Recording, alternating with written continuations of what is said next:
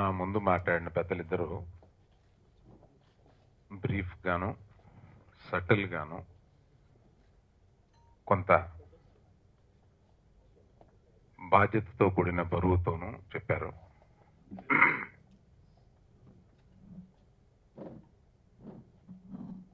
మనం మన సిటీ, మన రాష్ట్రం, మన పిల్లలు ఉండబోయే ఈ చోటు క్లీన్గా ఉండాలని మనం అందరూ అనుకోవడం సహజం, ధర్మం, మన బాధ్యత, మన హక్కు.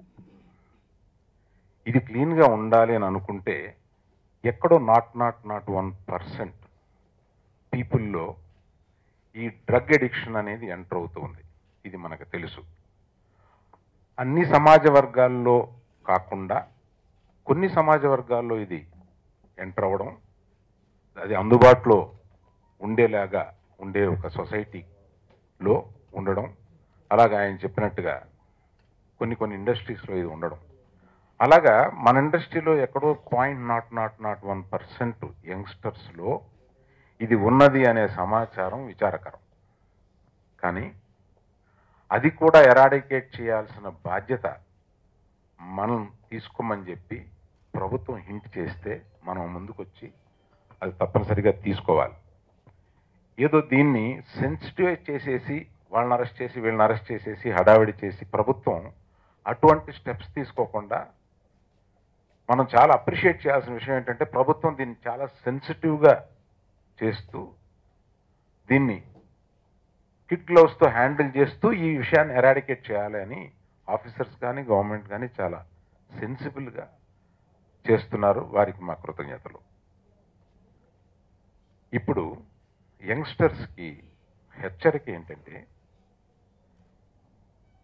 ఈ మీరు రెగ్యులర్గా చేస్తున్న ఒక 10 మంది లోపు మనుషుల్ని నేను ఉదాహరిస్తూ మాట్లాడుతున్నాను.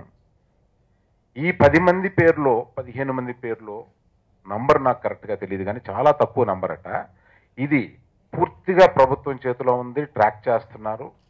మీరు ఎప్పటికైనా అది ఆపకపోతే బాధ్యత వహించాల్సి ఉంటుంది. దానివల్ల ఫిల్మ్ ఇండస్ట్రీకి, మీరు భోంచేసే ఇండస్ట్రీకి ఎంత బ్యాడ్ నేమ్ వస్తుందో మీరు ఆలోచించుకోండి.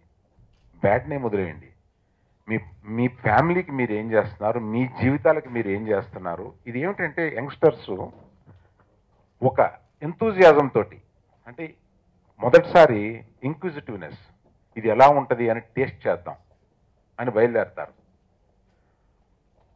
పొరపాటున ఆ టేస్ట్ చేద్దామన్న ఒకసారే మీరు జీవితం నాశనం చేసుకునే రేంజ్కి ఒక దీంట్లో ఇరుక్కుపోవడం, ఒక ప్రయాణంలో జరిగిపోవడమో జరుగుద్ది. ఒక్కసారి కూడా ప్రయత్నించకుండా ఉండడం అనేదే ఉత్తమం. ఇందులో నేను ఒకసారి ఒక బాంబేలో ఉన్న ఒక యంగ్స్టర్తో మాట్లాడుతూ, ఎలాగా అంటే to want the other youngsters in the family ఎలాగ జరుగుతూ ఉంటుంది బాబు అని ప్రశ్నిస్తే, ఇది చాలా ముఖ్యం అండి, youngsters have to listen to this. Rave parties జరుగుతూ ఉంటాయి. అంటే మామూలుగా జనరల్గా 100 మంది పార్టీస్ జరుగుతూ ఉంటాయి. ఇందులో ఒక 4, 5, 6 సపరేట్ అయ్యి విడిగా వెళ్ళిపోతారు. విడిగా వెళ్ళిపోయి ఒక రూమ్లోకో, ఒక బెడ్రూమ్లోకో, ఒక హాల్లోకి, ఒక కార్నర్లోకి వెళ్ళిపోయి ఈ డ్రగ్ని సేవిస్తారనమాట రకరకాలుగా. ఆ తర్వాత వచ్చి జనరల్గా ఇంట్లో కలుస్తారు. ఈ ఇంక్విజిటివ్ ఉన్న వాళ్ళని ఒకళ్ళిద్దరిని ఇందులోకి రాగడానికి ట్రై చేస్తూ ఉంటారు. ఇటువంటి జరుగుతున్నది అనేది ఒక 20-30% పీపుల్కి తెలిసిపోద్ది అనమాట ఇటువంటిది వాళ్ళ. సో వెంటనే అక్కడి నుంచి తప్పుకోవడం ముఖ్యం అండి. అతను చెప్పింది అది, అటువంటి పార్టీస్ మనకి కూడా జరుగుతున్నాయి అనేది చెప్పడానికి విచారిస్తున్నాను. బాంబే నుంచి ఆ కల్చర్ ఇక్కడ కూడా వచ్చింది. ఆ పార్టీస్ జరుగుతున్నప్పుడు అక్కడి నుంచి అవాయిడ్ అయిపోవడం 100% ఉత్తమం.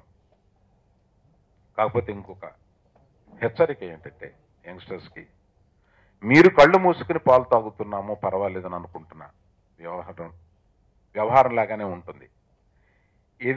You are tracked in every way and government has got a clear list of who is involved. మీరు అనుకుంటున్నారేమో నేను ఇలా వాడితో చెప్పి ఈ ఫోన్లో నుంచి అలా చేసి ఇలా చేసి, no. You are just in the list. Spare చేస్తున్నారు, మీ జీవితాలు నాశనం అయిపోతాయి.